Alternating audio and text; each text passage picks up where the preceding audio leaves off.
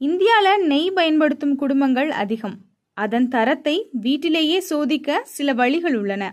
ஒரு பாத்திரத்தில் சூடாக்கும் போது நெய் மஞ்சள் நிறமாக மாறினால் அது கலப்பட நெய்.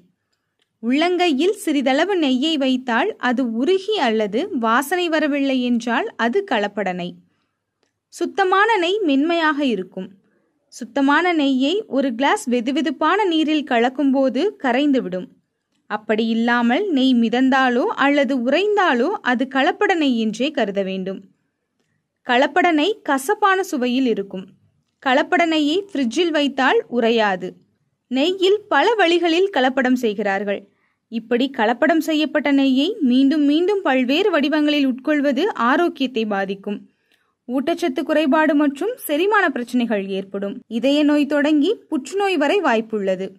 கலப்பட நெய்யை பயன்படுத்துவதால் ஒவ்வாமை அதிகம் ஏற்படுகிறது.